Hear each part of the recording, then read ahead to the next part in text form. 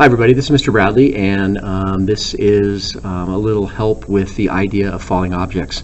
If you missed the lecture in physics where we were talking about that, hopefully this will help get you caught up. So, up until now we've been doing problems that involve acceleration. We call these kinematics problems, where things are accelerating under the effect of some force that we really haven't talked about yet. But what we want to talk about today are special case situations where the object that is accelerating because of the effect of Earth's gravity. So in this note page here, we have a couple graphs shown, a position time and a velocity time graph that would basically show you what it would look like as something's accelerating in the negative direction. So what you can see here is that this object would actually start from rest with no velocity, and it would gain velocity in the negative direction, therefore gaining negative velocity. The position time graph shows that because you have a slope of 0 at the beginning, and you have a negative slope sometime later, which shows that it's accelerating in what we would consider to be the negative direction. Well, on Earth problems, in the coordinate system of the Earth, we always consider up to be the positive direction and down to be the negative direction. That's just the convention that has been set forth by physicists for a long time. And so if you consider that to be the situation, then that would mean that on Earth, when things are accelerating downward because of the effect of gravity, they always have this acceleration, the acceleration being negative 9.81 meters per second. The value 9.81 comes from the mass of the Earth and the radius of the Earth, and just the planet that we live on. That's going to be different in different places that you live. But the fact that it's a negative value, that is something that is always true, just because of the convention that we've chosen to use for our physics problems. So anytime you do a kinematics problem involving a falling object, you really need to make sure that that value of gravity is negative. I also gave you a couple other values here. I told you what that would be in feet per second so that you don't have to convert units if you're dealing with a problem that has distances or speeds with feet in them. And I also want you to know that those are values for sea level. There is a little bit different value of the acceleration of gravity where we live, because we live at elevation, and so we do have a specific value that we like to use for AG in Denver. This will be something that's specified in the problems that we give you, so you don't have to worry about putting that together yourself too much, but it'll be given to you in the problems that we have you do. Okay, so one of the big questions that people have is, does the weight of an object affect its acceleration?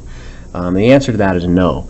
Really the reason it seems like lighter things fall at a slower rate is really just because of the effect of air resistance, right? So in this little picture I have right here, I have a bowling ball drawn next to a feather, and they're being drawn side by side, or dropped side by side. Well, the feather is going to have a lot of air resistance, right? And that air resistance is going to change its rate of acceleration. But if you remove the air resistance that acts on those objects, they accelerate at the same rate. We're going to talk more about this in our force unit, but we have a great video that you should go look and see on our website. That video is posted right next to this screencast, and it's about a bowling ball and a feather being dropped in a room where there's very little air resistance. It's a pretty cool video because it shows them falling side by side.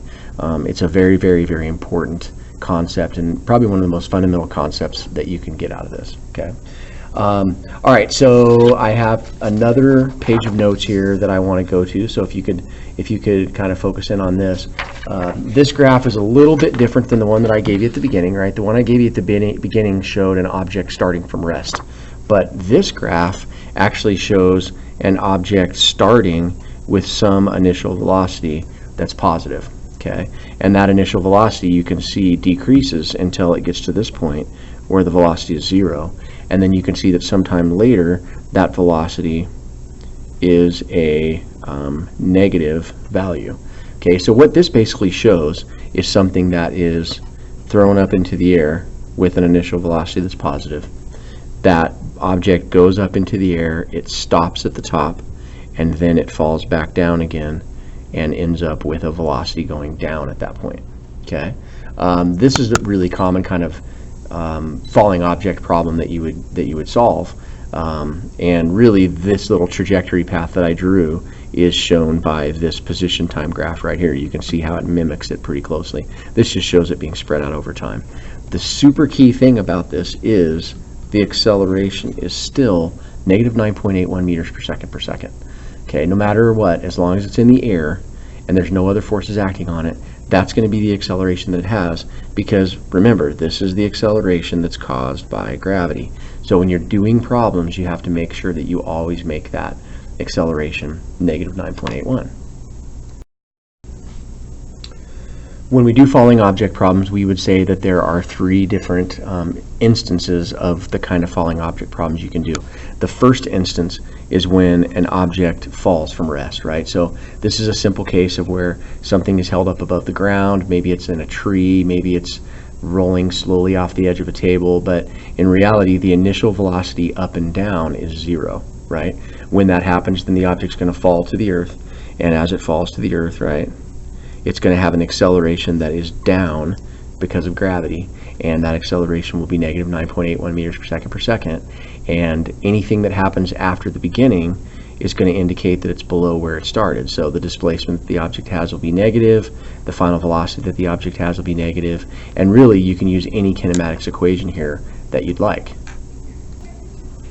If I grab my summary of physics equations and put it onto the camera, you can see here that there are lots and lots of choices of kinematics equations to use, but in reality, they all get a little bit easier because VI is equal to 0. Remember, we have this situation of equations right here that involve distance, acceleration, time, and initial velocity, and because the initial velocity is equal to 0, then that means all of these equations are pretty useful.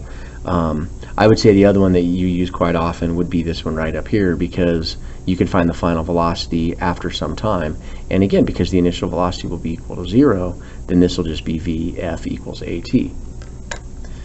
Okay, so when you're looking at problems like that, you know, that's just a good simple, kind of easy problem to do.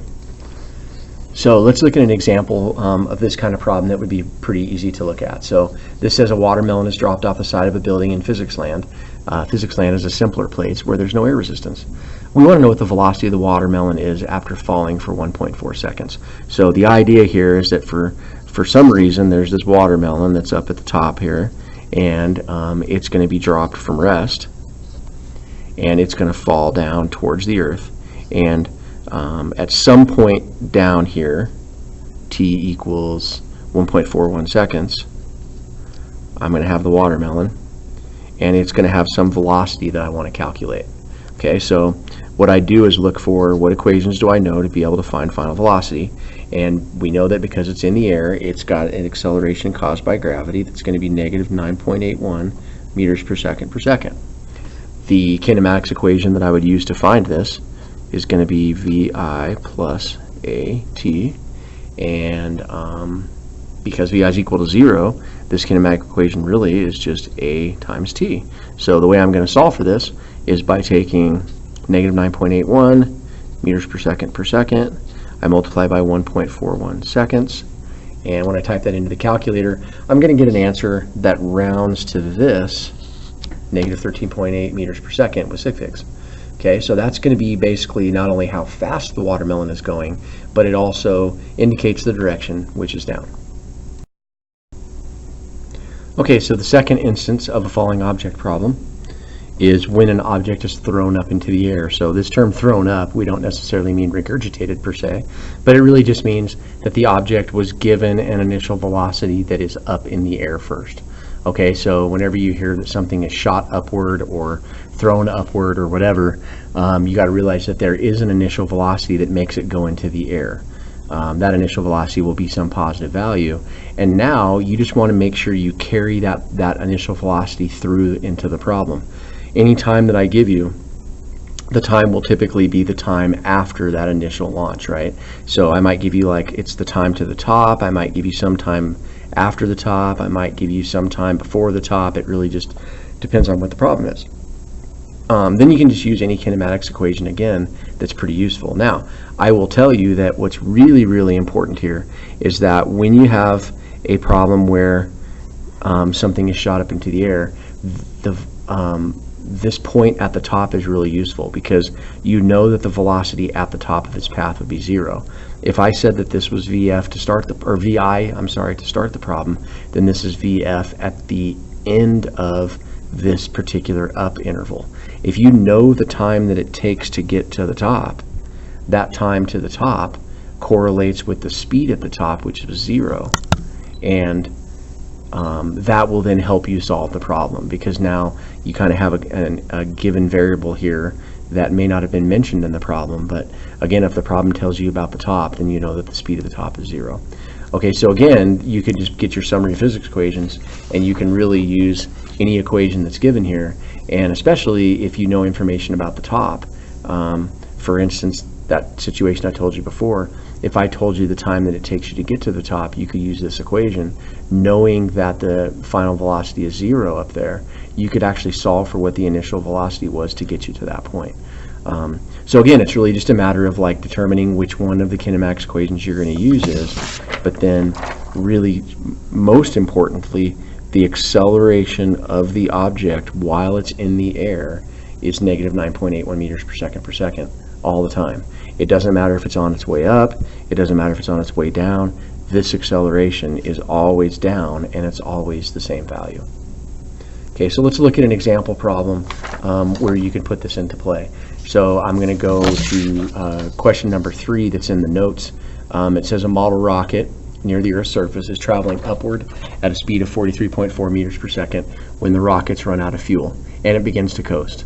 What is the velocity of the rocket 6.8 seconds later? So, you know, the idea of this problem is very simple. You had this rocket that was like flying into the air, but at this point, the rocket shut off. And so now the rocket is going to start to accelerate downward because of gravity at a rate of 9.81 meters per second. Okay. And because of that, the rocket is going to go up into the air, it's going to stop at some point, and it's going to start to fall back down towards the Earth again. What I want to know is what is the velocity at this time? So when I identify the variables, I would say the initial velocity is 43.4 meters per second. I would say that the acceleration is the acceleration caused by gravity, which is negative 9.81 meters per second. I want to know what is happening at 6.8 seconds after the beginning. I can basically find the final speed. In this case, I'm going to use the same equation I used in the last example, but now VI is not equal to 0. So when I plug everything into this equation, this is what I get. When I evaluate that equation, I come up with an answer of negative 23 meters per second. So basically what that tells me is that the rocket made its way all the way up to the top somewhere. Made its way all the way up to the top somewhere, and then it started to come back down towards the Earth, and I'm guessing that it's probably like right around here somewhere with that speed. One thing that's very important about a falling object problem is how symmetrical it is. If it's launched at 43.4 meters per second, when it comes back to the same height that it started, it's going to have a speed of 43.4 meters per second, but it's going to be down. So it's a negative 43.4 meters per second. Just like, you know, if it takes, say, 4 seconds or so to get to the top, it's going to take another 4 seconds or so to come back down here again. Everything about a falling object problem is very, very symmetrical. Okay, so then the last thing I want to add to this before I'm done with this example is, what if I asked you how high it was at 6.8 seconds, or I'm asking you for the displacement at 6.8 seconds. Okay, let's say I was looking for that. Well, it would just be a matter of using all the variables that I got from before. I could use this now if I want to find it, and just identifying the right equation. I would just stay with the variables I had at the beginning of this whole thing, and I would use the equation VIT plus 1/2 AT squared. And if I just plug all of the variables in correctly, making sure I keep account of the negative sign in gravity, I'm going to get what the right answer is. And what this is going to tell me is basically, you know, this is the displacement above where it started. And, you know, that's exactly what I would want to know. I might be asking, like, how high is it? But in reality, That's what I really want to know. It's just the displacement above the starting point. Okay, so the final kind of problem that we do, the final instance of a falling object problem, is when an object is thrown down, right? All that really means is that instead of the object being thrown up in the air at first, it's thrown down into the air at first, so the initial velocity is negative. You know, this would be something like bouncing a basketball, or, you know, throwing, you know, a rock down into the mud or the water down below, something like that. And so again, you're going to use all the same kinematics equations you used before, but the super key thing is that your initial velocity is a negative value. Everything in this problem is going to be negative. Initial velocity is going to be negative, displacement is going to be negative, final velocity is going to be negative, of course gravity is going to be negative. You know, the only thing that won't be negative is time. Time always has to be a positive value because you don't really have a negative time per se.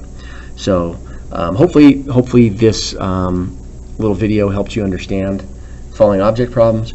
Go ahead and try the problems that we've assigned and check the answers that we've made available to you to see how you're doing. Good luck, and it was great talking to you today. Have a great day.